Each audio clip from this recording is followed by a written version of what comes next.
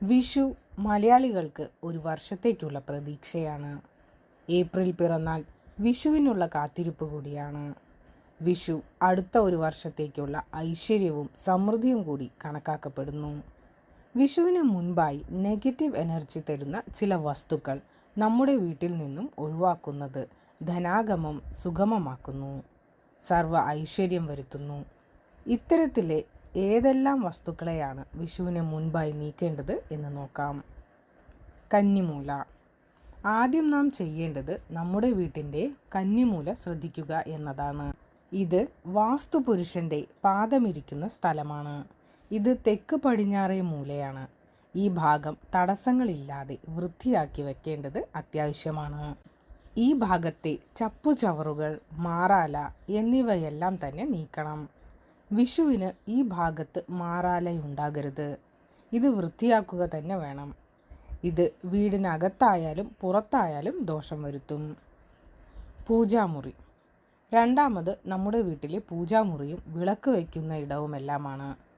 കണി വിഷുവിന് പ്രധാനമാണ്. നാം ഓട്ടുരുളിയിൽ കണി വയ്ക്കുന്നത് പ്രപഞ്ചവും കാലപുരുഷനും എന്നാണ് സങ്കല്പം.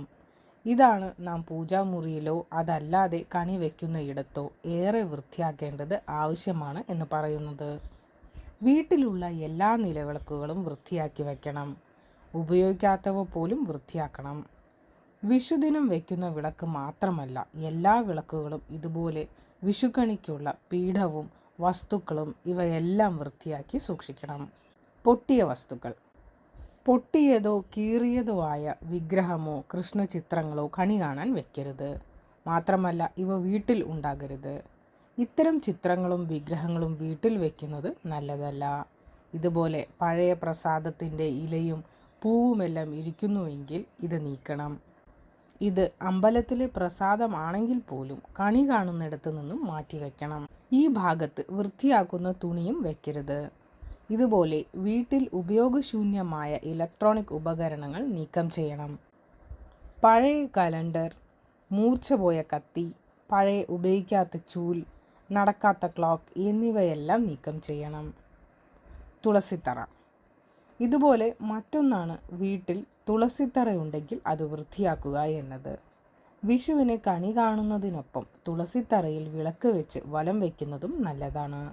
വീട്ടിലെ പടിയും പ്രധാന വാതിലുമെല്ലാം വൃത്തിയാക്കി മഞ്ഞൾ കുങ്കുമപ്പൊട്ട് അവിടെ ചാർത്തുന്നത് ഏറെ നല്ലതാണ്.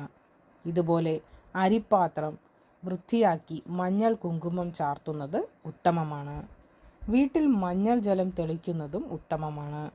മഹാലക്ഷ്മിയെ ആനയിക്കുന്നു എന്നതാണ് ഇതിൻ്റെ ചിട്ട. എല്ലാം വൃത്തിയാക്കിയ ശേഷമാണ് ഇത് ചെയ്യേണ്ടത്.